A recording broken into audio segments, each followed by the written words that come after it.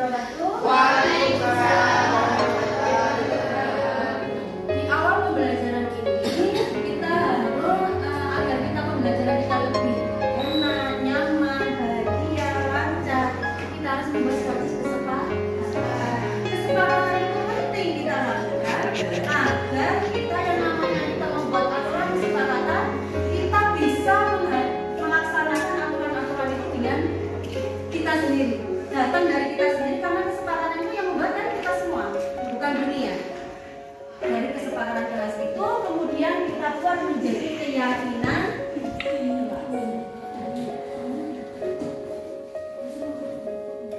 Baik, sekarang coba silahkan kamu tuliskan kesepakatan kelas di sini. Yang pertama silakan siapa dulu?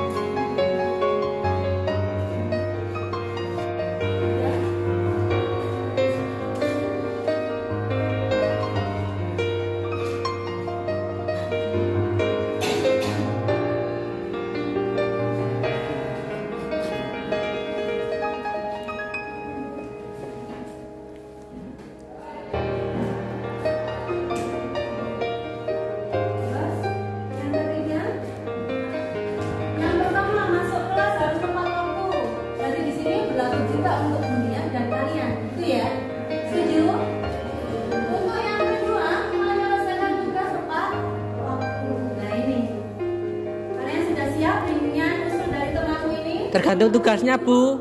Tergantung tugasnya. Iya. Kita tugasnya pasti dari Bapak Ibu guru kan ada yang memberikan waktu ya, ada yang 2 minggu, 3 minggu. Apa kalian setuju dengan tepat waktu ini?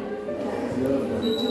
Kalau tugasnya terasa memang itu sebuah proyek, memang membutuhkan waktu. Nah itu pun kalau Bapak Ibu guru memberikan waktu misalnya 2 minggu, 3 minggu, kita harus selesai. Setuju ya?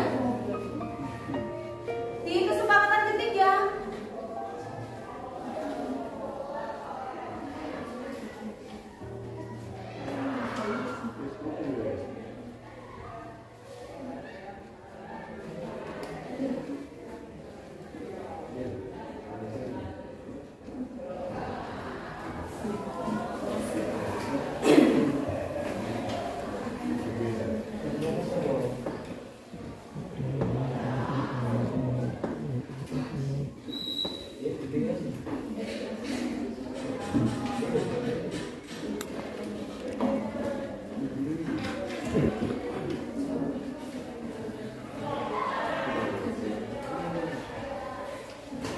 Tidak boleh mengoperasikan HP saat pembelajaran kecuali diperbolehkan. Berarti di sini HP digunakan untuk media pembelajaran. Teman-teman, apa ada yang tidak setuju? Tidak ya. Berarti HP untuk media pembelajaran. Greg. Bu, sudah 3 menit, Bu.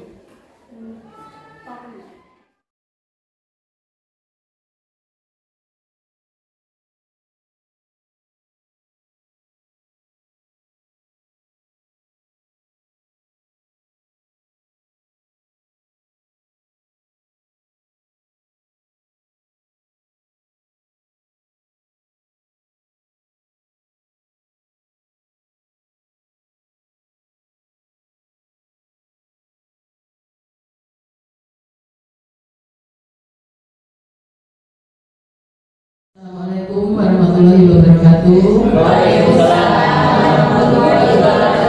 Yang saya hormati Bapak Ibu Guru SMA Negeri 1 Grebeka, yang saya hormati pula Bapak Ibu karyawan SMA Negeri 1 Grebeka.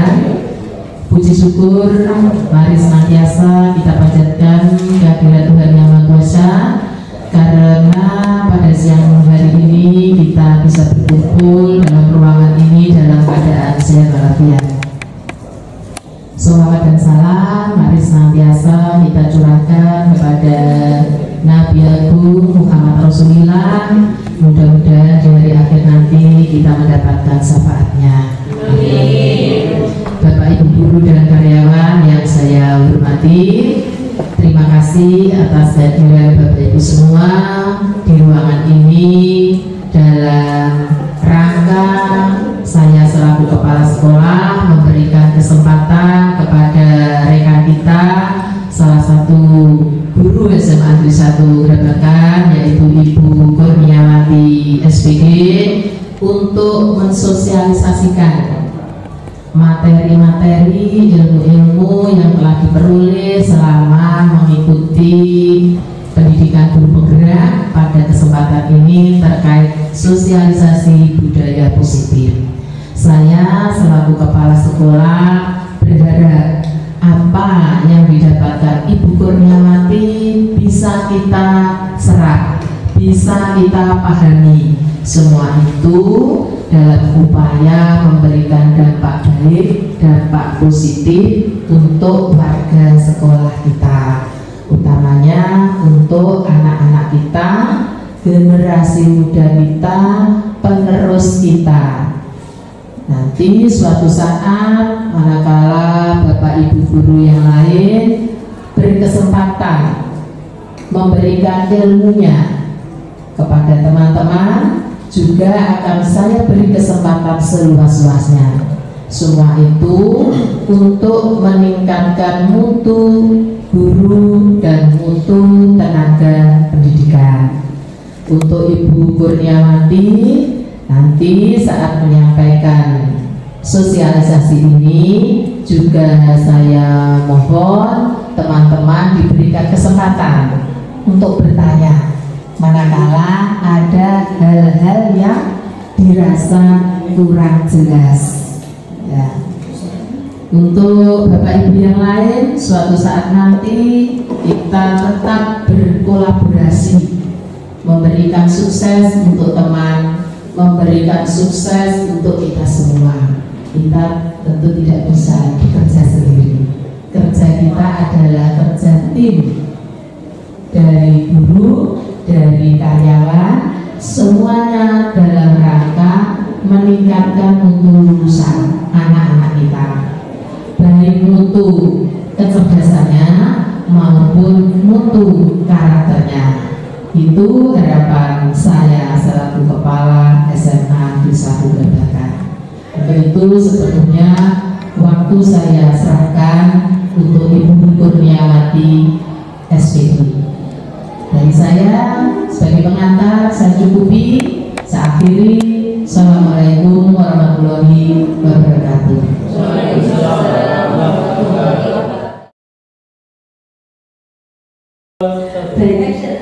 Assalamualaikum warahmatullahi wabarakatuh.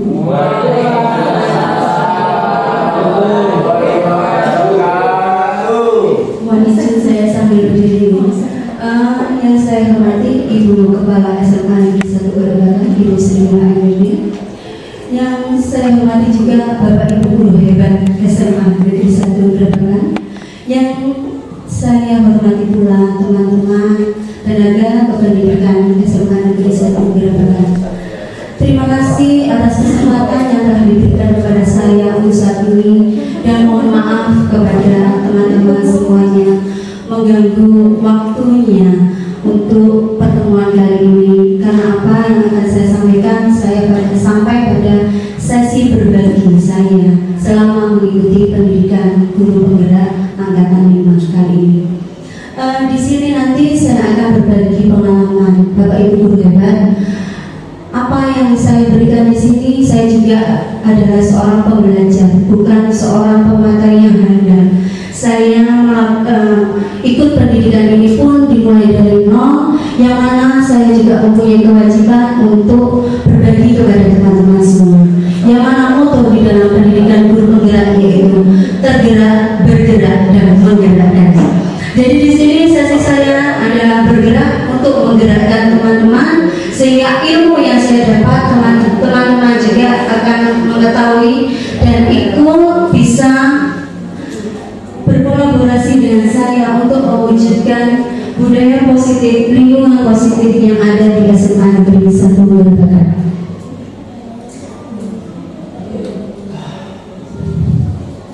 Baik, sosialisasi budaya positif di sini terkait dengan budaya yang ada di SMA Negeri 1 Gerebekan. Tapi mulanya ilmu yang saya dapatkan dari sini, pertama kali yang perlu saya sampaikan di sini adalah filosofi pendidikan Ki Hajar Dewantoro. Setelah saya mengikuti pendidikan penggerak ini adalah ilmu, sebenarnya Ki Hajar Dewantoro adalah bapak pendidikan kita yang dari dulu sebenarnya kita harus tahu. Tapi kenapa? Saya itu terpenuhnya kenapa baru kali ini saya pelajari, yang mana di dalam filosofi pendidikan Ki Hajar Dewantoro itu ternyata kita sebagai guru, saya kemarin salah kaprah di dalam pendidikan saat ini. Itu sebelumnya saya sebelum mempelajari juga saya lakukan itu, ternyata itu salah Bapak Ibu. Jadi siswa itu bukan botol yang kosong.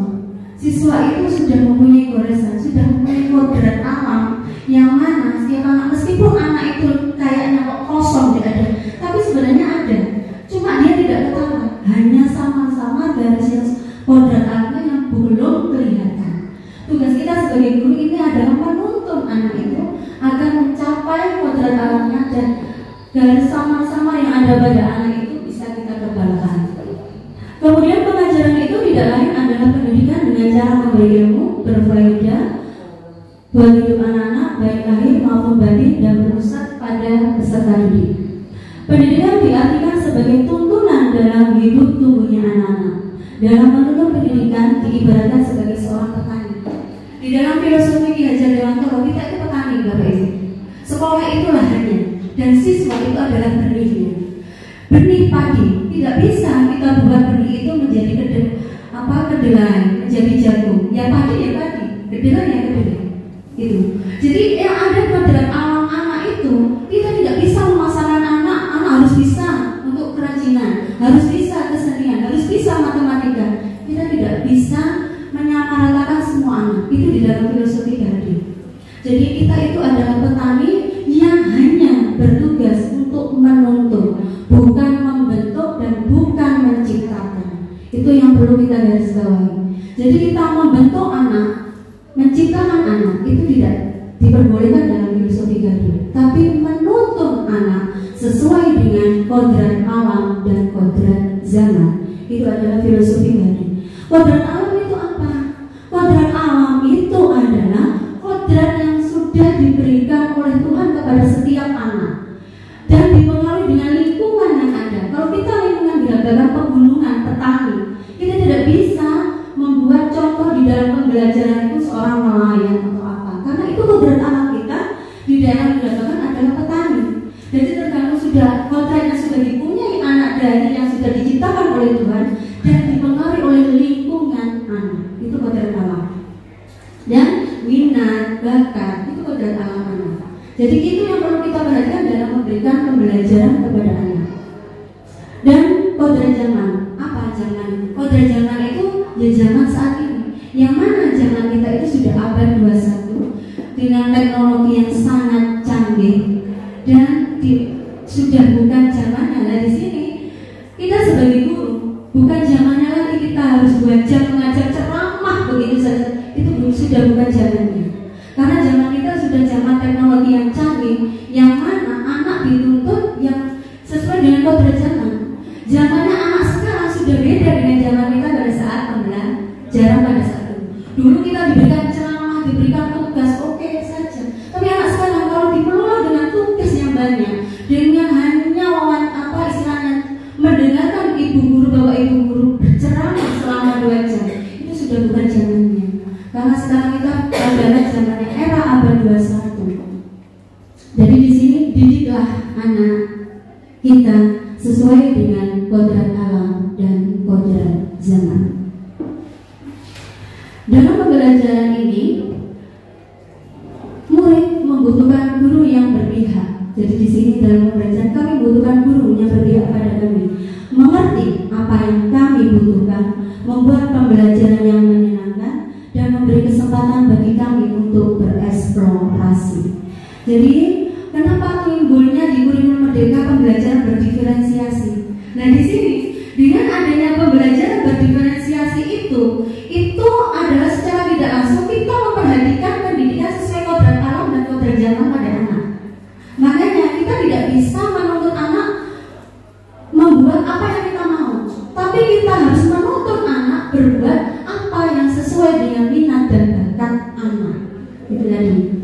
Ini adalah di dalam filosofi Ki Hajar Dewantara.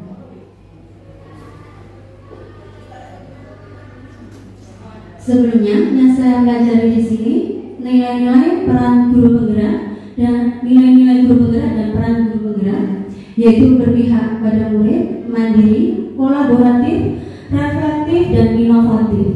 Ini adalah mungkin yang perlu digerakkan pada kita ya. Saat ini yang saya lakukan adalah menggali atau mengajak teman-teman guru hebat di SMA Negeri 1 Gerobakan ini untuk berkolaborasi di dalam mewujudkan pembelajaran sesuai berpihak pada murid. Dan peran sebagai pemimpin pembelajaran menggerakkan komunitas praktisi, menjadi coach bagi guru lain, mendorong kolaborasi antar guru dan mewujudkan kepemimpinan murid. Itu adalah agar Bapak Ibu guru tahu bahwa nilai-nilai dan peran guru penggerak ini sangat-sangat berguna bagi kita semua. Makanya saya menginginkan kepada teman-teman untuk mempunyai semangat, untuk mempunyai minat, untuk mendaftarkan diri menjadi calon guru penggerak, yang mana di bulan September ini sudah dibuka pendaftaran di CGP angkatan 8, 9, dan 10. Dengan pengalaman saya yang saya dapatkan sangat-sangat luar biasa, ilmu yang saya dapatkan sehingga mengubah paradigma kita dari guru yang semulanya itu kita tidak mengacu pada minat atau kodrat alam, kodrat zaman anak, tapi di sini di dalam guru penggerak kita tahu bahwa anak itu pun bukan botol yang kosong. Anak itu perlu diperhatikan. Anak itu sudah memiliki minat yang perlu kita tuntun. Jadi saya himbau kepada teman-teman untuk segera mendaftar di guru penggerak angkatan 8, 9, 10. Baik, kita masuk ke budaya positif. Budaya itu apa? Budaya itu kebiasaan positif, berarti yang baik-baik. Kebiasaan yang baik-baik. Sekarang saya mempunyai pertanyaan tematik, mungkin teman-teman bisa membantu menjawab. Apa sih pentingnya menciptakan suasana positif di lingkungan kita, di lingkungan SMA Negeri 1 Gerobakan? Ada yang bisa membantu saya untuk memberikan jawab apa pentingnya lingkungan positif bagi siswa kita di lingkungan kita SMA Negeri 1 Gerobakan, dan bagaimana kita menciptakan lingkungan positif di lingkungan kita selama ini? Apakah kita selama ini sudah menciptakan lingkungan yang positif? Apakah selama ini kita sudah menjadi orang yang bisa berpengaruh membentuk lingkungan positif bagi sekolah kita? Ada yang bisa menjawab? Bu Eka, silakan.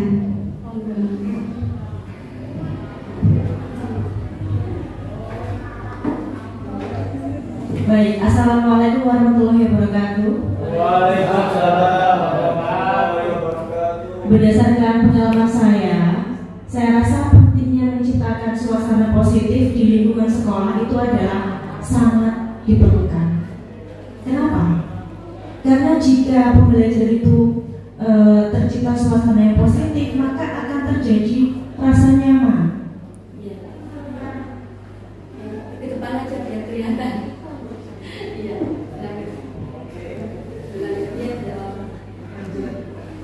Oke, assalamualaikum warahmatullahi wabarakatuh. Apa pentingnya menciptakan suasana positif di lingkungan Anda? Bagi saya sebagai seorang pengajar ini sangat penting ya, sangat diperlukan. Karena dengan suasana yang positif, maka akan tercipta rasa nyaman. Dan kita kalau sudah nyaman, belajar nyaman, mengajar nyaman, akan timbul interaksi yang positif antara guru dengan peserta didik. Dengan interaksi yang positif itu, maka peserta didik akan lebih bisa untuk mengeksplor diri mereka. Seperti tadi yang dikatakan, tumbuhnya padi itu bisa lebih maksimal, ya. Kemudian bagaimana Anda dapat menciptakan suasana positif di lingkungan Anda selama ini? Jadi sebagai seorang guru, saya berusaha untuk membuat gestur atau keramahan yang baik bagi peserta didik. Saya berusaha untuk membuat hukuman. Jadi pertama itu kan saya kira hukuman fisik yang bikin mereka malu itu akan membuat mereka jera. Ternyata tidak. Ternyata enggak. Jadi kayak mereka tuh pengen balas dendam dan akhirnya timbul benci sama guru yang udah kasih hukuman yang memalukan tersebut. Maaf ini suara saya agak ini ya karena guru ya. Nah, agak fluid. Akhirnya kemudian seiring waktu saya coba ganti. Oh ternyata mereka tidak bisa dihukum dengan cara seperti ini. Saya ganti metodenya bukan hukuman tapi saya pakai sanksi. Dan sanksinya ini saya buat sebisa mungkin bersifat edukatif. Gitu. Jadi tidak mengarah pada hukuman fisik yang bikin malu, tapi lebih ke pembelajaran kepada peserta didik. Baik, itu adalah pendapat saya, Bapak Ibu. Terima kasih. Wassalamualaikum warahmatullahi wabarakatuh. Baik, terima kasih. Bagus sekali Bu Eka, ibu guru yang hebat, cantik, dan juga semangatnya sangat-sangat luar biasa. Tepuk tangan untuk Eka. Ini loh, ini kekuatan kita. Jadi di dalam melakukan perubahan, membentuk suasana positif, ini yang perlu kita perubahan. Di sini perubahan mindset kita. Selama ini kita melakukan perubahan, melakukan pergerakan, melakukan tindakan, itu kan berdasarkan dengan kelemahan. Kalau kita membahas kelemahan dan kekurangan yang ada di SMA Negeri 1 Grabakan, yang ada di Bapak Ibu, tidak ada habisnya. Tidak ada habisnya. Mulailah kita berpikir, kita melakukan tindakan, kita melakukan tindakan perubahan positif, menciptakan suasana positif dengan dimulai dengan kekuatan yang ada, kekuatan yang dimiliki di SMA Negeri 1 Grabakan. Jangan hanya terpacu pada kelemahan. Ini kekuatannya. Kekuatan SMA Negeri Grabakan itu apa ini? Bapak Ibu guru hebat, muda-mudi yang hebat, yang penuh semangat, yang penuh semangat yang mana di dalam visi misi di SMA Negeri 1 Grabakan. Kalau saya membaca di misinya, belajar sepanjang hayat. Itu ada Bapak Ibu. Jadi kita bertugas harus belajar dan belajar. Baik, saya kembali lagi di sini pertanyaannya dari Bu Eka, dan apa yang dikatakan dari Bu Eka betul sekali Bapak Ibu. Jadi di sini pentingnya, sangat penting. Kenapa? Kalau kita suasananya positif, Bapak Ibu guru itu berpikirnya positif, jadi anak itu dan kita pun sebagai pembelajar akan merasa aman, nyaman, tentram. Itu kan suasana yang harus kita wujudkan, sesuatu yang harus kita perbaiki untuk diri kita. Kuncinya apa? Kuncinya kita itu harus bahagia Bapak Ibu. Kalau kita bahagia di dalam kelas, kita akan menyelesaikan permasalahan, bertemu dengan anak, auranya positif. Jika anak pun menerima kita dengan positif. Tapi kalau kita dengan datang ke kelas dengan perasaannya ada permasalahan di keluarga, kita bawa ke kelas, kita akan terbawa emosi sehingga apa yang dilakukan anak akhirnya kita marah akhirnya menghukum. Nah yang kita dikatakan Bu Eka tadi betul, hukuman itu bukan salah satu cara yang efektif untuk membentuk kedisiplinan atau membuat suasana positif. Itu nanti saya terangkan lebih lanjut. Baik, di sini saya mempunyai video yang mana lingkungan itu sangat berpengaruh untuk pertumbuhan atau belajar anak. Mohon diperiksa. 3 kaleng itu diproduksi di pabrik yang sama, dibuat dengan bahan yang sama. Kemudian ketika tiba saatnya, datang sebuah truk ke pabrik membawa kaleng-kaleng Coca-Cola itu untuk didistribusikan ke banyak tempat yang berbeda. Tempat yang pertama adalah supermarket lokal. Kaleng Coca-Cola itu diturunkan, kemudian dipajang di rak bersama kaleng minuman yang lainnya. Coca-Cola itu diberi harga Rp4.000. Tempat distribusi yang kedua adalah pusat perbelanjaan besar. Di sana Coca-Cola diturunkan. Kaleng-kaleng itu ditempatkan di sebuah cooler atau kulkas agar dingin untuk memberikan kenikmatan yang lebih untuk para pembelinya. Satu kaleng Coca-Cola dijual dengan harga Rp7.500. Kemudian pemberhentian yang terakhir adalah hotel bintang 5. Kaleng-kaleng Coca-Cola itu diturunkan. Kemudian kaleng-kaleng itu ditempatkan di lemari pendingin, tetapi hanya dikeluarkan dengan pesanan pelanggan. Kaleng ini dikeluarkan dengan gelas kristal cantik berisi es batu, disajikan di atas bagi, dan pelayan hotel akan membuka kaleng Coca-Cola itu dan menuangkannya ke dalam gelas dengan sopan saat menyajikan kepada pelanggan. Satu gelas Coca-Cola diberi harga Rp60.000. Sekarang pertanyaannya adalah, mengapa ketiga kaleng Coca-Cola itu memiliki harga yang berbeda, diproduksi di tempat yang sama, dibawa truk yang sama, dan memiliki rasa yang sama, tetapi harganya berbeda? Jawabannya adalah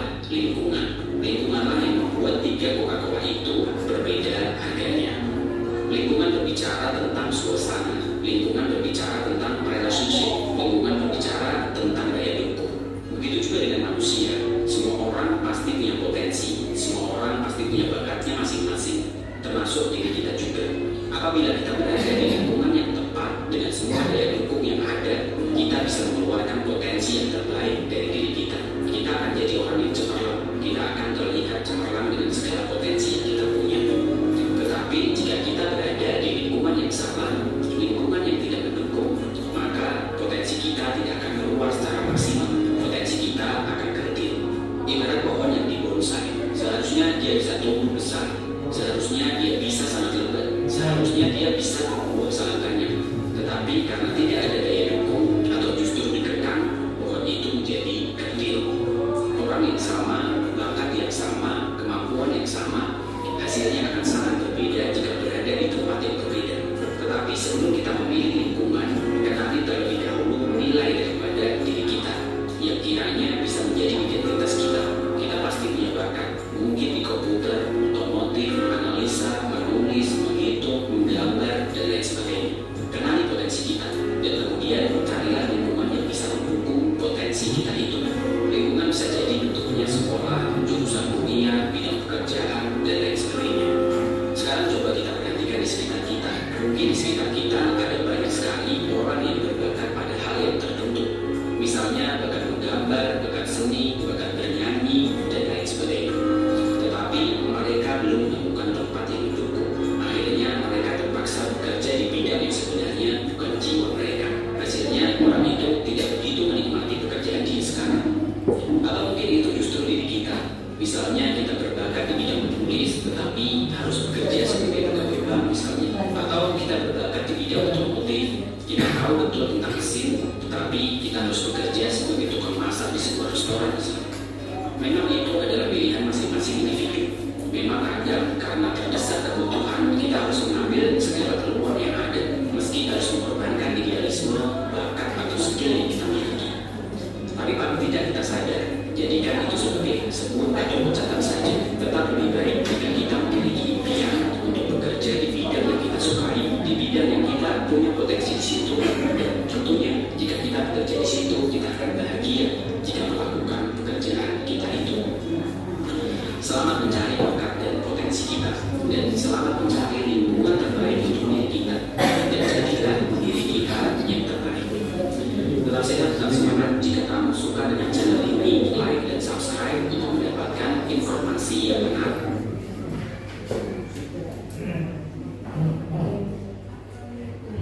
Baik, dari situ kita sudah tahu Bapak Ibu bahwa lingkungan, suasana yang positif itu sangat-sangat mendukung bagi tumbuh kembangnya anak di dalam mewujudkan bakat atau minat sesuai dengan kodrat alam atau kodrat zaman yang ada pada anak. Yang mana kita nanti harus membuat suasana positif tadi seperti aman, nyaman, seperti tadi.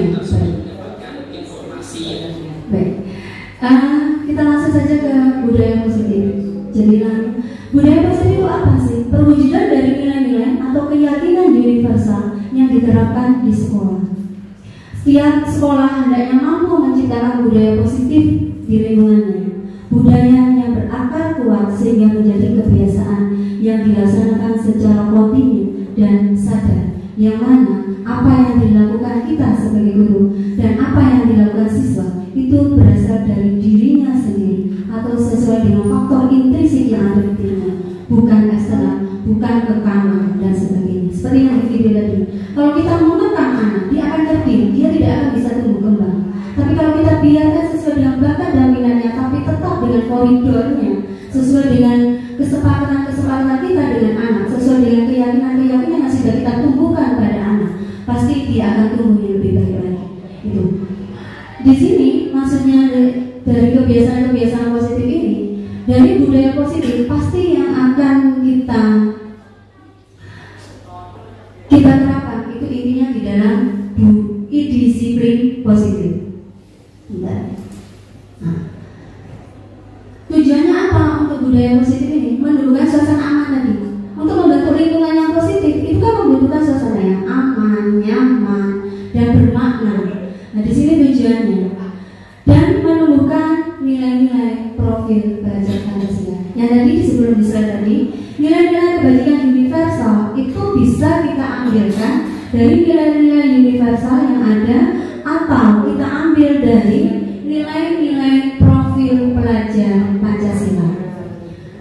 Baik, bicara tentang budaya, kita tidak lain adalah tentang disiplin, yang mana di setiap sekolah pasti ada aturan-aturannya untuk disiplin positif. Dapat membuat seseorang menggali potensinya menuju kepada sebuah tujuan, sesuatu yang dihargai dan bermakna. Nilai-nilai kebajikan universal itu adalah seperti keadilan, tanggung jawab, kejujuran, bersyukur, berprinsip, kasih sayang, komitmen, percaya diri, kesabaran, dan masih banyak lagi. Atau yang ada di dalam nilai-nilai profil pelajar Pancasila: beriman, bertakwa, kreatif, bernalar kritis, kemudian ada lagi berkebinekaan global. Itu adalah nilai-nilai budaya positif yang bisa kita buat, dinamakan dengan kesepakatan kelas kita, keyakinan kelas kita tawarkan, dan itu dibentuk bukan kita yang membentuk, tapi kita bersama anak-anak. Baik, belajar tentang disiplin positif, kemudian mungkin kita pasti punya anggapan disiplin berarti gandengannya dengan hukuman. Padahal belajar tentang disiplin yang positif tidak harus memberi hukuman. Hukuman, sanksi itu adalah alternatif terakhir, bahkan bila perlu tidak sama sekali. Karena seperti tadi, hukuman itu tidak kalau kita pengalaman kita ya, hukuman kita berikan pada anak, dia akan mengikuti pada saat hari itu, tetapi kemudian besoknya dia akan mengulangi hal yang sama. Karena hukuman itu hanya bersifat sementara, karena anak takut untuk dimarahin, karena anak takut dengan sanksi yang diberikan, sehingga dia akan melakukan, akhirnya diulangi lagi. Jadi tidak efektif dan efisien. Boleh dilakukan, boleh, tapi itu adalah alternatif terakhir apabila kita sudah melakukan pendekatan pada anak, kita sudah memberikan alternatif penyelesaian solusi permasalahan pada anak, baru itu adalah hukuman, adalah option terakhir. Dalam budaya kita biasanya kata disiplin itu adalah sesuatu yang dilakukan pada seseorang, kepada orang lain untuk mendapatkan kepatuhan. Hanya kepatuhan yang kita tuntut, sehingga searah, tanpa kita memberikan pilihan timbal balik anak kepada kita. Biasanya kan seperti itu. Nah, ini adalah suasana positif yang tidak baik, yang perlu kita ubah dari paradigma itu. Baik, di sini saya mempunyai sedikit permainan kepala. Coba berdiri kepala. Bukan meminta untuk kepala itu dibuka. Mau nggak Bu Titi membukanya? Bu Titi mau nggak membuka kepala itu untuk dibuka? Nggak mau. Bu Titi kenapa kalau nggak mau? Belum bilang. Oh, belum bilang. Belum bilang. Bukan sama ini untuk kepala itu. Mau. Baik, saya punya lagi. Pak itu coba dibuka. Terus ada temannya yang mau minta. Coba ada nggak yang mau minta kepalanya? Oh, Bianti. Di depan, Pak. Di depan. Boleh nggak kalau Bianti mau mintanya kepalanya itu dibuka? Boleh nggak, Pak? Boleh nggak, Pak? Bianti mau mintanya. Merayu dong, Bianti. Dirayu, Pak. Herunya mau nggak? Dirayu.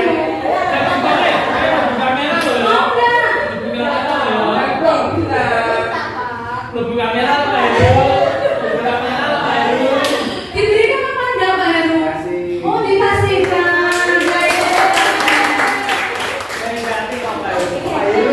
Kepala. Itu loh. Kepala, kalau kita mengepal tangan, kemudian ada orang meminta kepala tangan kita dibuka, yang bisa mengontrol diri kita mau membuka atau tidak siapa, Pak? Diri kita sendiri ya. Apakah orang lain bisa mengontrol kita untuk membuka kepala itu? Bisa nggak? Kalau dari komputer, cuma pesulap merah itu baru. Entah itu karena ada kekuatan mistisnya. Tapi kalau kita kemudian mengapal, ada orang yang berusaha berupaya untuk membuka kepala kita. Yang bisa memberikan atau membuka kepala ini siapa? Ya diri kita sendiri. Gitu. Di sini ada di tentang siapa yang sesungguhnya memegang kontrol. Siapa yang memegang kontrol diri kita? Diri kita sendiri. Siapa yang memegang kontrol Jadi pada saat siswa diberikan kemudian ada aturan, kemudian kita berikan nasihat, tapi dia diam dan tidak mau melakukan, berarti anak itu sedang tidak mau membuka kontrol dirinya untuk kita kontrol. Itu di dalam fungsi kontrol disiplin positif. Seperti hanya tadi Bu Titi membuka orang, ada ternyata kasihan bubur akhirnya dikasihkan, ada Pak Heru mau kepal hadiah yang saya berikan, kemudian Bu Yanti ingin mendapatkan, akhirnya diberikan. Dia memberikan karena memang dia fungsi kontrolnya, dia sedang menginginkan membuka dirinya agar orang lain mengontrol dirinya. Itu adalah fungsi dari apa yang harus kita lakukan kepada anak. Jadi kalau anak pada saat kita berikan nasihat ternyata kok diam, tidak ada tindakan dan sebagainya, berarti dia sedang menutup dirinya untuk tidak mau kita kontrol. Tapi pada saat kita memberikan nasihat pada anak dan anak mau melakukannya, berarti dia sedang membuka hatinya, membuka kontrol yang ada pada dirinya dan mau bersedia untuk kita kontrol. Itu adalah fungsi kontrol. Di sini saya ingin mengubah paradigma fungsi kontrol. Nah, teori kontrol di situ ilusi guru dapat mengontrol murid, ilusi bahwa kritik dan membuat orang merasa bersalah itu adalah bisa menguatkan karakter, ilusi bahwa semua penguatan positif efektif dan bermanfaat, ilusi bahwa orang dewasa memiliki hak untuk memaksa. Itu adalah paradigma atau ilusi kontrol kita. Kita mau memaksa pada anak, dan anak harus ikut apa yang saya suruh, anak harus bisa saya kontrol, anak harus menuruti apa yang saya mau. Itu adalah paradigma teori kontrol. Yang mana teori kontrol kita belajar ke teori motivasi. Motivasi itu ada eksternal, ada internal, Bapak Ibu. Jadi kalau eksternal itu karena anak tadi ketakutan dimarahi, ketakutan akan mendapatkan hukuman, ketakutan akan mendapatkan sanksi. Itu adalah motivasi eksternal yang dilakukan pada anak. Berarti karena ada pengaruh dari luar. Teori motivasi perilaku manusia itu ada 3. Yang pertama, untuk menghindari ketidaknyamanan, hukuman, apa yang akan terjadi apabila saya tidak melakukannya. Kemudian yang kedua, untuk mendapatkan imbalan dan penghargaan. Apa yang akan saya dapatkan apabila saya melakukannya. Itu adalah motivasi eksternal. Di sini yang terakhir ini adalah motivasi internal. Untuk menghargai diri sendiri, saya akan menjadi orang seperti apa apabila saya melakukannya. Itu yang perlu Bapak Ibu garis bawahi. Jadi faktor motivasi intrinsik inilah yang harus kita bangun kepada anak didik kita agar anak didik itu bisa mematuhi disiplin atau peraturan-peraturan atau keyakinan-keyakinan yang sudah kita buat.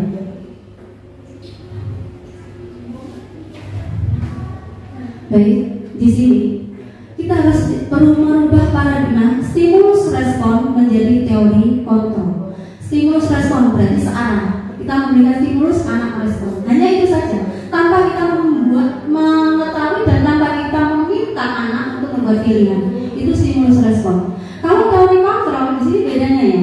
Kita mencoba mengubah orang agar berpandangan sama dengan kita. Tapi kalau teori kontrol kita berusaha memahami pandangan orang lain tentang ini. Jadi intinya kalau stimulus respon itu egois, Bapak Ibu ya. Kita hanya tahu apa yang saya mau tanpa ingin tahu apa yang siswa rasakan, tanpa ingin tahu permasalahan apa yang sedang dihadapi siswa. Itu kalau stimulus respon. Kemudian perilaku buruk dilihat sebagai suatu kesalahan, tidak cukup sampai minta maaf. Tapi kalau teori kontrol, semua perilaku anak itu memiliki tujuan, Bapak Ibu. Nanti saya yang bicarakan dengan 5 kebutuhan manusia. Pada intinya apa yang dilakukan anak, dia sedang memenuhi 5 kebutuhan anak itu. Kemudian orang lain bisa mengontrol saya, di sini stimulus respon. Dan kalau teori kontrol hanya Anda yang bisa mengontrol diri Anda. Jadi kita sendiri. Kemudian pemaksaan ada pada saat rujukan gagal. Jadi kalau kita membujuk melakukan pendekatan pada anak gagal, pemaksaan itu adalah stimulus respon. Kemudian kolaborasi dan konsensus menciptakan pilihan-pilihan baru. Jadi bedanya, kalau konsensus itu gagal, kalau di dalam stimulus akhirnya kita paksa. Tapi kalau kita membuat teori kontrol di dalam budaya positif, kita akan menciptakan pilihan-pilihan baru kepada anak agar anak bisa mewujudkan disiplin positif yang ada di SMA Negeri 1 Gerebekan. Kemudian kalau stimulus respon itu berpikirnya menang atau kalah, yang mana kita sebagai orang yang lebih tua, kita sebagai guru harus menang, anak harus kalah. Tetapi kalau di dalam teori kontrol, guru menang, siswa menang. Itu adalah di dalam teori kontrol.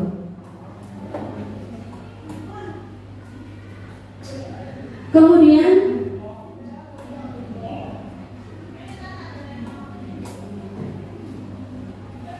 teori hukuman dan penghargaan. Bapak Ibu, penghargaan itu baik apa tidak sih? Baik. Hukuman bersifat tidak terencana atau tidak. Hukuman itu kan tidak terencana ya, dan anak tidak tahu apa yang akan dia alami. Anak tidak tahu apa yang akan terjadi dan tidak dilibatkan. Maksudnya di sini tidak adanya timbal balik antara anak dengan guru. Kemudian hukuman bersifat satu arah dari pihak guru yang memberikan dan murid hanya menerima suatu hukuman tanpa melalui suatu kesepakatan kepada anak, atau pengarahan dari pihak guru baik sebelum atau sesudah. Ini hukuman. Jadi kalau kita hanya searah, anak tidak mematuhi disiplin, kemudian kita memberikan hukuman, itu adalah hukuman yang sehingga anak tidak tahu apa yang harus dilakukan. Tapi kalau kita memberikan alternatif pilihan, sehingga itu akan anak tahu. Seperti tadi, perubahan paradigma kita menjadi teori kontrol. Kemudian penghargaan maupun hukuman cara-cara mengontrol perilaku seseorang yang menghancurkan. Kalau sesuai dengan Alvin Kohn, penghargaan itu adalah seperti hanya menghancurkan potensi untuk pembelajaran yang sesungguhnya. Karena apa seperti tadi? Sehingga motivasinya masih motivasi ekstrinsik, belum intrinsik. Karena dia ingin mendapatkan penghargaan.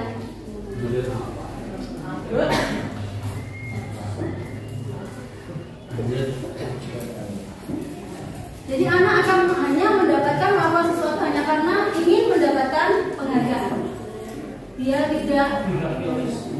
Dia tidak melakukannya itu hanya dari faktor intinya ada di dirinya, sehingga dia karena ingin mendapatkan penghargaan dan sebagainya. Sebenarnya boleh penghargaan, tapi jangan sering-sering dilakukan pada anak. Karena dengan anak mendapatkan, oh nanti ternyata saya kalau melakukan ini saya akan mendapatkan nilai apa, akan mendapatkan itu yang biasanya kita lakukan. Kamu kalau tidak melakukan ini, kamu tidak dapat nilai dan sebagainya. Nah itu akhirnya apa yang dilakukan anak masih faktor ekstrinsik, bukan intrinsik yang ada dibangun di dalam diri anak itu.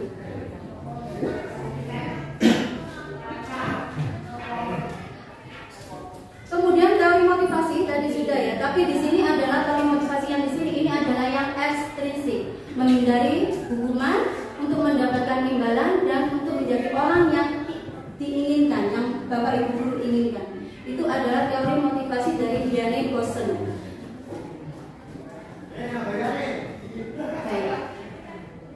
Mengenai budaya positif, disiplin positif, di sini ada keyakinan kelas. Apa yang ada di dalam keyakinan kelas? Keyakinan kelas itu intinya kesepakatan kita pada anak. Dari mana ambilnya? Dari nilai-nilai kebajikan universal yang tadi sudah disebutkan, atau dari nilai-nilai profil belajar Pancasila. Apa bedanya keyakinan dengan peraturan? Kalau peraturan kan sudah yang dibuat oleh organisasi atau dibuat oleh sekolah untuk anak. Tetapi kalau keyakinan ini adalah yang membuat bukan Bapak Ibu guru, tapi kita sebagai guru dan anak-anak. Sehingga yang membuat apa yang meyakin, ayo yakin apa? Religius Bu yakin. Bu, baju dimasukkan, disiplin dan sebagainya. Tuh kita masukkan. Jadi sesuai dengan usulan yang ada kepada anak. Bersifat lebih abstrak daripada peraturan. Kemudian berupa pernyataan universal. Kemudian pernyataan keyakinan yang bersifat positif. Dan semua warga kelas berperan aktif. Jadi tidak ada anak, kalau ada anak yang tidak setuju dengan apa yang sudah diutarakan dengan temannya, berarti belum menjadi keyakinan kelas. Jadi keyakinan kelas itu samanya dengan kesepakatan. Kita pada saat pembelajaran lebih efektifnya di awal kita kan membuat kesepakatan kelas dengan anak, komitmen dengan anak. Dari kesepakatan kelas itu kemudian kita jadikan kesepakatan itu menjadi keyakinan kelas. Nah di sini kemarin saya sudah membuatnya dengan kelas 11. Jadi saya nanti mohon izin kepada wali kelas 11 untuk membuat, saya sudah memasang keyakinan kelas itu di setiap kelas. Di situ saya bekerja sama dengan kolaborasi dengan Bapak Ibu guru wali kelas untuk melegalkan bahwa keyakinan kelas yang saya buat itu tidak hanya untuk mapel saya, tapi itu adalah untuk semuanya. Tetapi mohon kepada Bapak Ibu, kalau melihat itu keyakinan kelas yang baru kita buat. Jadi tidak bisa itu anak harus dituntut sesuai dengan keyakinan kelas itu langsung berubah 100% tidak. Keyakinan kelas itu kan masih dalam tahap kita perencanaan dan tahap saya merubah anak itu. Dan saya berkolaborasi dengan Bapak Ibu semuanya untuk saling mengingatkan, kita sepakat. Karena kedisiplinan ini bukan tanggung jawabnya tim kedisiplinan saja, bukan tanggung jawabnya wakil kesiswaan saja, bukan tanggung jawabnya BK saja, bukan tanggung jawabnya kalau kelas IPA berarti tanggung jawabnya wali kelas kita saja, bukan. Tapi kedisiplinan positif ini adalah tanggung jawab kita semuanya, warga SMA Negeri 1. Jadi kita harus saling mengingatkan, saling berkolaborasi. Kalau ada anak melanggar atau apa, saling mengingatkan. Karena apa? Kalau semuanya mengingatkan kan anak akhirnya, oh iya, saya salah. Oh iya, saya harus memperbaiki dan sebagainya. Tapi kalau salah satu guru saja yang menegakkan kedisiplinan ini, itu tidak bisa, Bapak Ibu. Akhirnya dia akan melakukan hanya pada orang anak itu saja, pada guru itu saja. Pada guru yang lain yang pada saat itu dia tidak pernah menegur dan sebagainya, santai saja dia akan melakukan pelanggaran. Sehingga kebiasaan-kebiasaan positif ini tidak akan terbentuk. Jadi kebiasaan-kebiasaan positif dari anak ini bisa kita bentuk kalau kita berkolaborasi, bekerja sama, bergandengan, kita saling mengingatkan anak untuk menjadi lebih baik. Bukan hanya tanggung jawab BK saja, bukan tanggung jawabnya wakil kesiswaan saja. Pak Heru, kasihan Pak kalau kita dukung Bapak Ibu. Setiap hari hukum, setiap hari harus menegakkan kedisiplinan sendirian. Jadi kita, kalau Bapak Ibu guru yang mengajar yang lainnya, itu juga saling mengingatkan pada pesertanya pada saat belajarnya.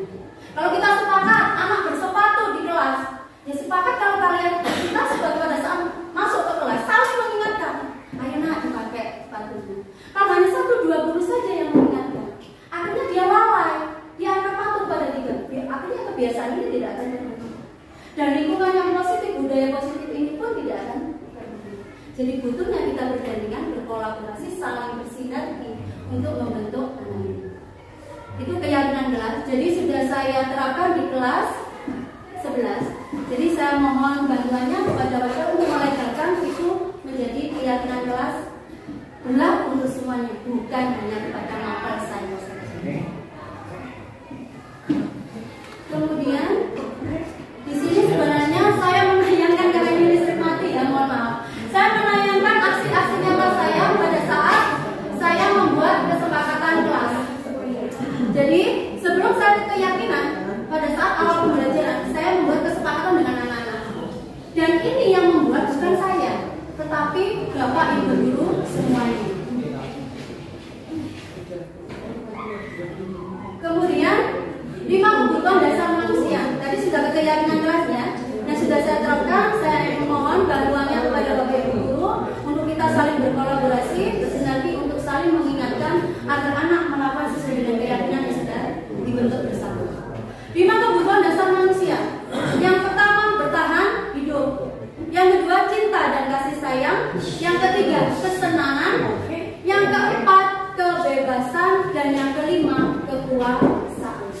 Ini 5 kebutuhan dasar manusia. Bukan hanya siswa saja, tapi kita semua kan butuh ini 5 ini.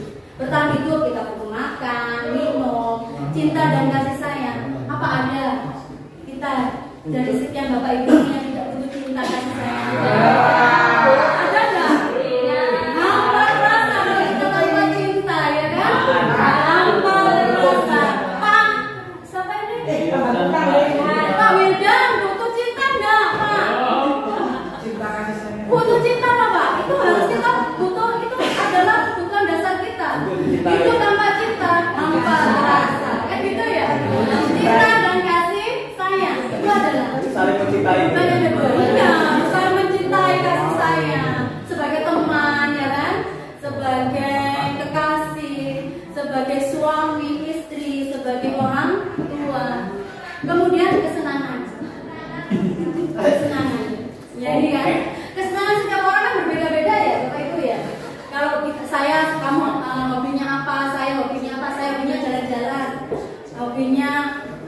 belanja, makan. Itu kesenangan saya. Jadi setiap saya bosan, saya ingin mendapatkan kesenangan-kesenangan itu. Dan saya yakin Bapak Ibu pun mempunyai kesenangan yang berbeda-beda. Kemudian yang keempat adalah kebebasan. Kebebasan dalam berpendapat, kebebasan dalam melakukan sesuatu hal, kebebasan dalam ingin mempertahankan pendapatnya, itu adalah kebebasan. Kemudian yang kelima kekuasaan atau pengakuan. Di sini kalau kita temui anak sedang melakukan indisipliner atau di sini sedang tidak melakukan disiplin, berarti harus kita ketahui ada beberapa atau salah satu kebutuhan dasar anak yang belum terpenuhi sehingga dia melakukan penyimpangan, melakukan pelanggaran. Jadi itu yang perlu kita gali. Kita gali untuk memberikan penyelesaian di dalam permasalahan. Di dalam permasalahan anak, kebutuhan dasar mana pada anak itu kalau melakukan yang belum terpenuhi. Misalnya, anak terlambat ke kelas. Saya tanya, kamu kenapa terlambat ke kelas? Makanku lapar. Berarti dia sedang memenuhi kebutuhan dasarnya untuk bertahan hidup dan sebagainya. Itu nanti kita diskusikan lagi ya. Kemudian restitusi 5 posisi kontrol seorang guru. Ini yang perlu harus kita pelajari bersama. Yang pertama sebagai penghukum, yang kedua pembuat orang merasa bersalah sebagai teman,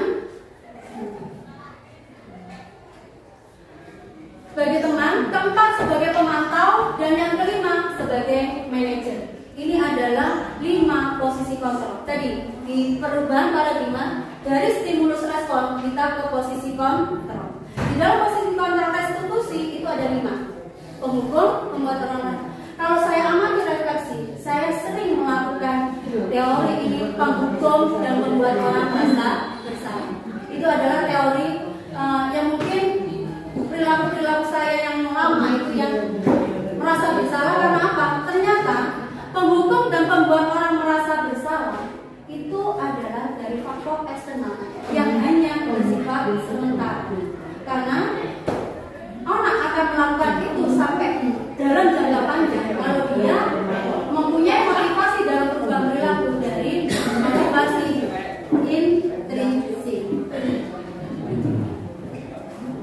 Nah, sebagai posisi penghukum, ini biasanya yang sering kita lakukan ya, patuhi aturan saya, atau kalau tidak awas lagi, ya seperti ini.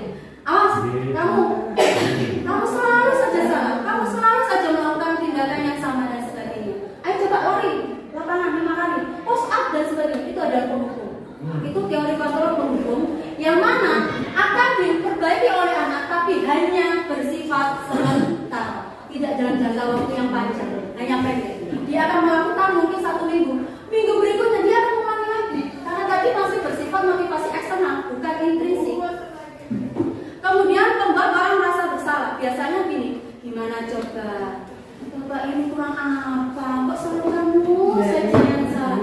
Itu adalah pembuat orang merasa bersalah. Sehingga yang ada di dalam anak itu, dia akan mengikuti identitas ganda. Jadi penghukum, pembuat orang merasa bersalah yang ditemui di diri anak, dia membuat merek yang ada di dalam dirinya, membuat identitas pada dirinya bahwa dia adalah seorang anak yang ganda. Itu identitas ganda. Kalau teman, kemudian pemantau dan manajer, ini adalah yang bisa membuat anak menjadi identitas sukses. Kalau teman itu biasanya juga sering dilakukan oleh bapak ibu guru. Kamu main, ayo mas besoknya.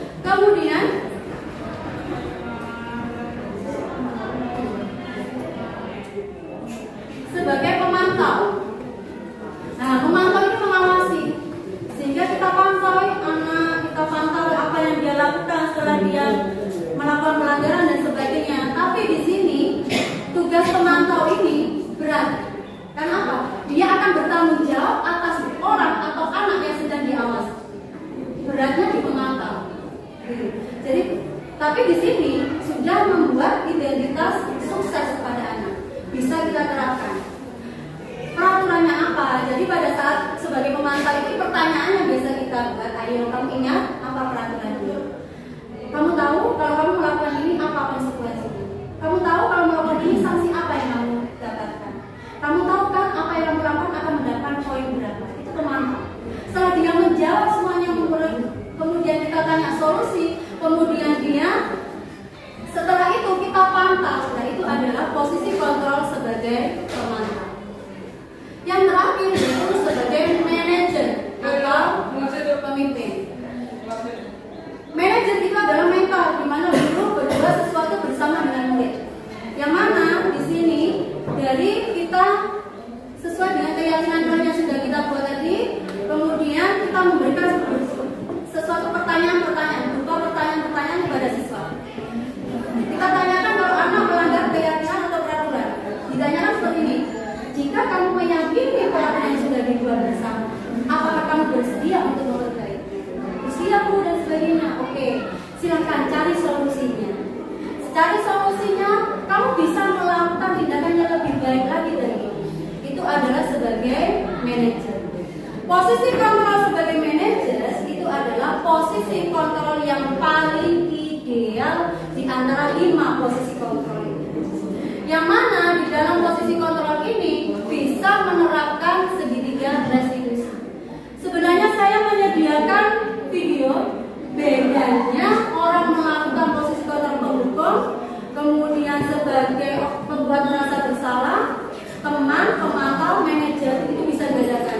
Karena tidak bisa, nanti mungkin saya share di grup apa bedanya dari 5 posisi kontrol ini.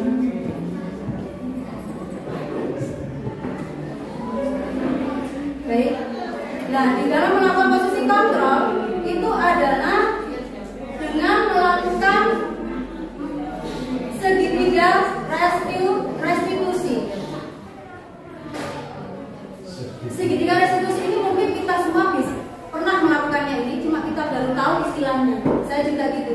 Oh, ternyata apa yang pernah saya ucapkan kepada anak pernah mengalami, tapi saya tidak tahu bahwa itu dinamakan dengan segitiga restitusi. Segitiga restitusi itu ada 3 tahap. Yang pertama adalah di sini posisi kontrol sebagai manajer, menstabilkan identitas, kemudian validasi tindakan sesuai yang salah, dan yang terakhir adalah menanyakan keyakinan. Biasakan menstabilkan identitas itu dengan pertanyaan-pertanyaan yang kita buat untuk anak, agar anak itu ternyata apa yang dia lakukan dia bisa melakukan lebih baik dari ini. Itu menstabilkan. Jadi menstabilkan identitas ini bukan dilompat anak istilahnya dalam bahasa Jawa, bukan jebloskan anak kowe ini salah dan sebagainya, tidak. Tapi kita stabilkan identitasnya. Apa yang sudah kamu lakukan itu wajar. Dunia juga pernah melakukan. Itu pernyataan menstabilkan identitas. Kemudian di dalam validasi tindakan yang salah, kita validasi tindakan yang salah dengan memberikan pertanyaan kepada anak, apa yang sudah dilakukan itu apa alasannya? Kamu melakukan itu apa alasannya? Itu adalah validasi tindakan yang salah. Dengan dia menjawab, berarti paling tidak jawabannya itu dari 5 kebutuhan dasar tadi. Mungkin merasa lapang, saya nggak suka topik pelajaran ini, saya nggak mau ikut dan sebagainya. Berarti dia dalam posisi kesenangannya di dalam mata pelajaran ini yang tidak terpenuhi. Itu di dalam validasi tindakan yang salah. Dari tindakan yang salah itu kemudian menanyakan keyakinan. Menanyakan keyakinan yang sudah dibuat di dalam suatu kelas yang sudah disepakati. Kira-kira kalau kamu melakukan tindakan ini kamu akan menjadi orang seperti apa? Kamu sudah yakin nggak dengan keyakinan yang sudah kita buat dan apa yang harus kita lakukan? Solusinya bagaimana? Itu adalah di dalam tahap menanyakan keyakinan.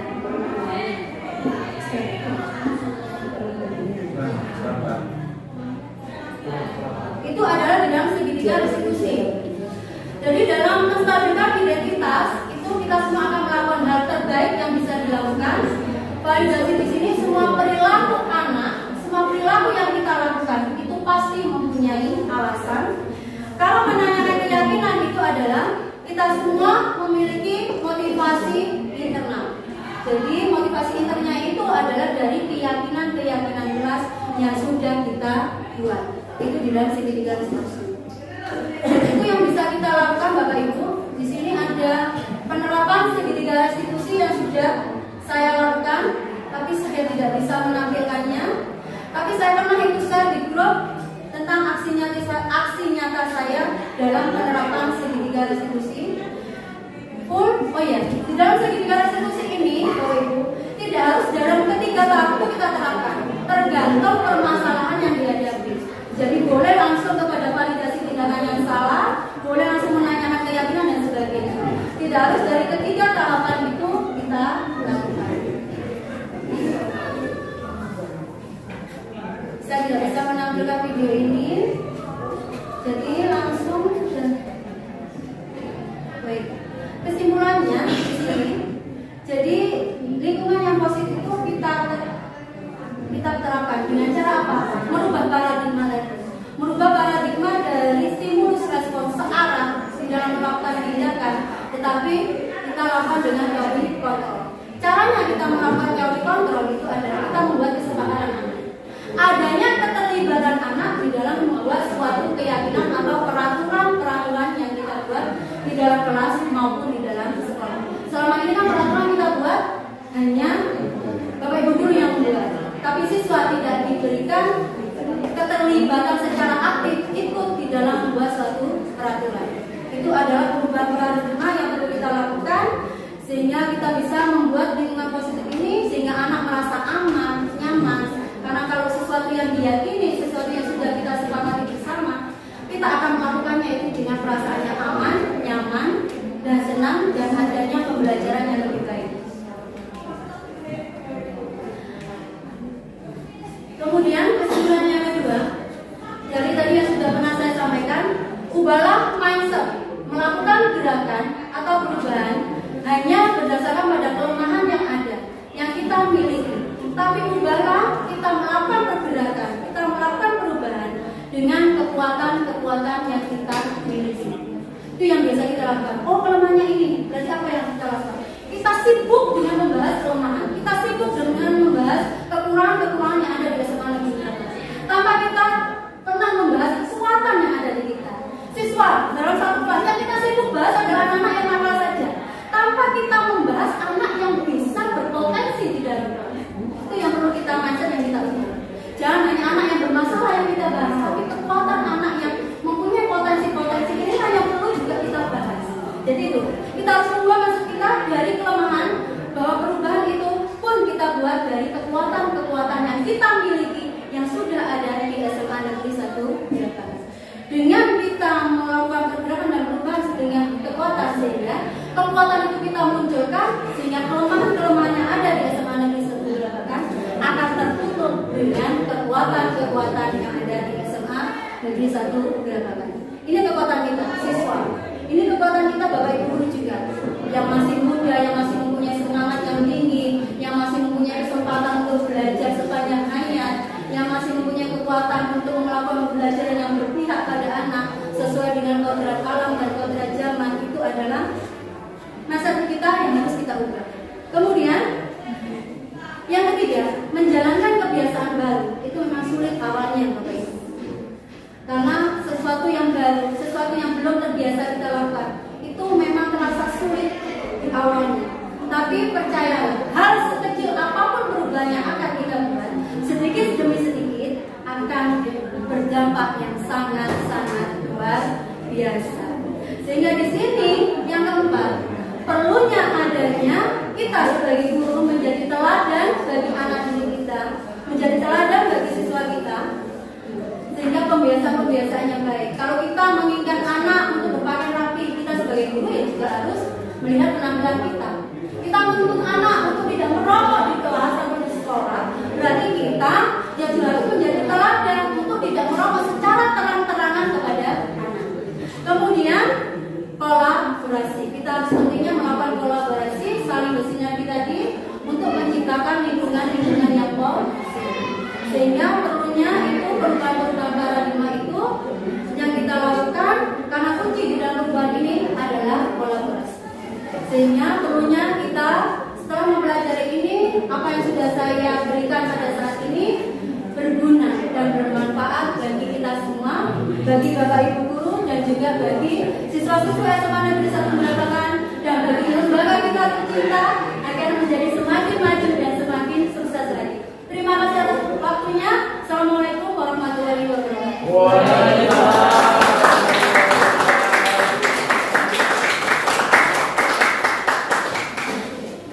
Assalamualaikum warahmatullahi wabarakatuh. Saya Bu Titik Nurhayati, guru SMA Negeri 1 Brabakan, ingin memberikan sedikit refleksi tentang pengimbasan yang telah diberikan oleh Ibu Kurniawati SPD terkait beliau yang telah mengikuti guru penggerak.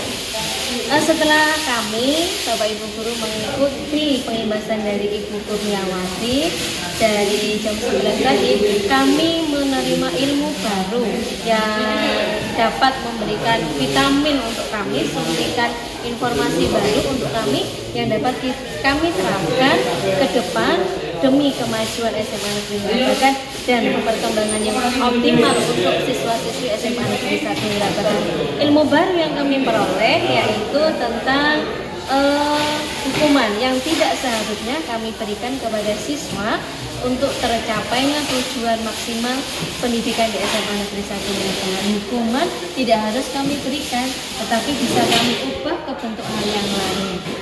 Dan ke depan kami berharap ilmu yang telah diberikan oleh Bunia ini dapat kita implementasikan, dapat kita wujudkan bersama oleh semua pihak dari Bapak Ibu guru yang terkait agar kami bisa lebih memajukan kembali SMA Negeri 1 Brabakan, tentunya mendidik anak dengan menerapkan well-being, aman, damai, anak berkembang secara optimal tanpa hukuman.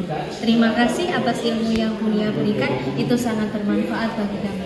Wassalamualaikum warahmatullahi